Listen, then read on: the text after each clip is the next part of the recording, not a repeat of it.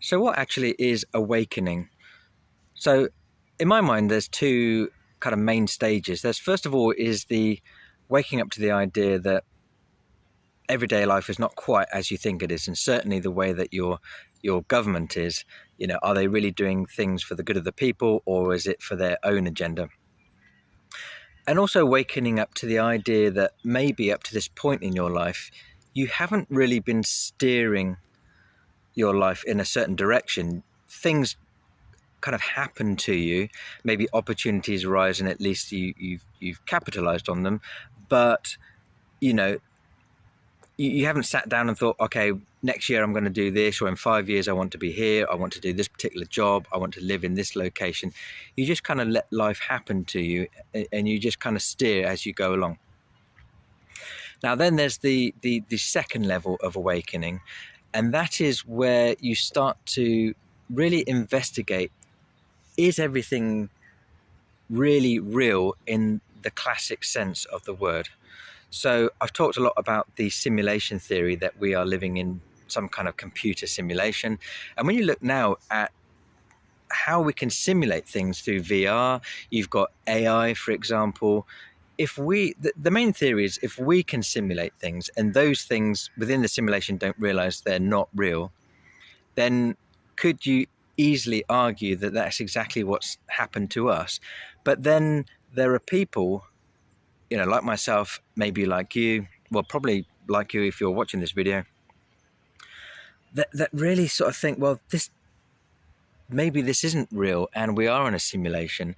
And that is kind of the awakening, and realizing that if that is the case, just through thoughts and having a clear direction and doing everything with 100% commitment and conviction, that you really can reprogram the world and just achieve whatever it is that you want in life. And this is probably why you look at people throughout history, whether it's Einstein,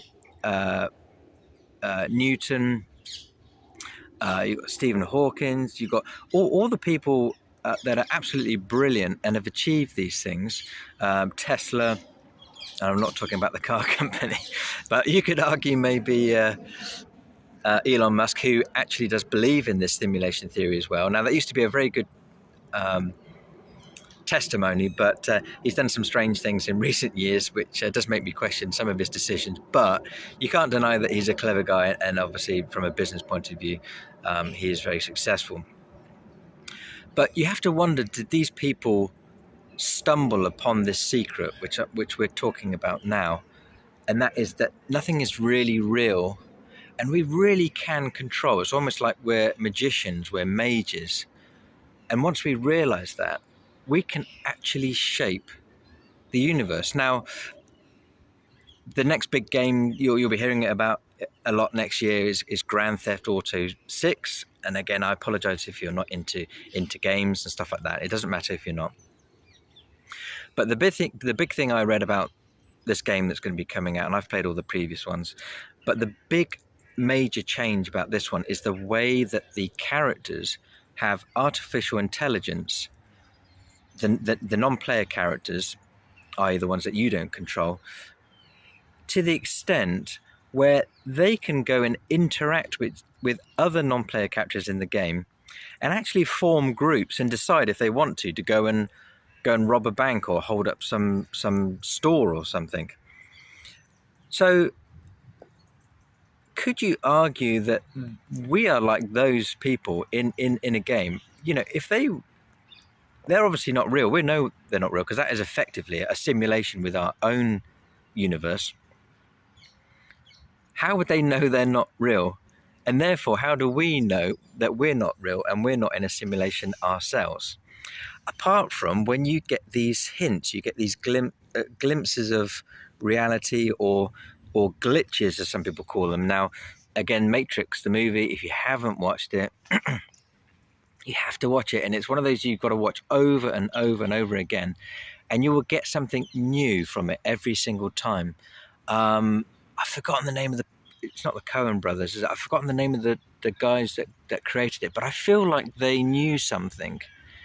To me, it's more like a documentary than a movie as to how things are. Now, I'm not saying that, if we're unplugged and then we're lying in these, we're actually batteries and we're lying in these weird pods with these things probed into us, sucking out our juices.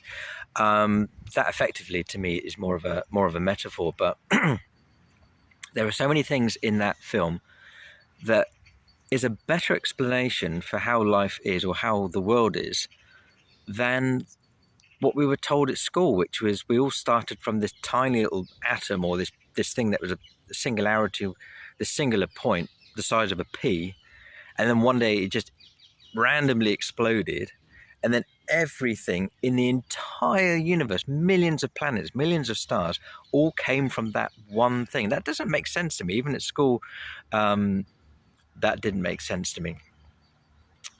So I just want you to be open to ideas, just open to the possibility. And I appreciate this sounds absolutely bonkers. The whole thing about, we're living in a computer simulation, it sounds bonkers. And if you talk to people about it, they will probably think you're crazy. I'm not saying it is true, because how do we know if it's really true or not true? I'm saying just be open to the idea, and then think about what you would do and how brave you would be and what decisions you might take that you wouldn't normally do, and what action you would take if you didn't really truly believe that is the case. It's like right now I'm sitting in a lovely park, in a beautiful park, and there's people walking around with their dogs walking past me, and most of them are looking at me thinking, what on earth am I doing? Now they might be thinking I'm just talking to a friend, but they probably realize I'm doing a video for some purpose or another, and they're probably thinking, what an idiot, what's he doing, But if they're not real, if maybe they're just non-player characters in my simulation, then who cares? Why would I worry, So toy with this. I want you to play with this idea and start living your life as if you really are in a simulation, and just see what happens. Just see, what more you can achieve if you're not afraid of things and you're not afraid of the consequences. And I'm not saying to go and do something bad. I'm not saying to go and rob a bank or do something nasty to people, but just really be open to the possibilities. So if you've got anything from this video, please hit a like, give me a like rather, and subscribe if you haven't already. I'd really appreciate it. It really helped me out. So take care, and I'll see you soon.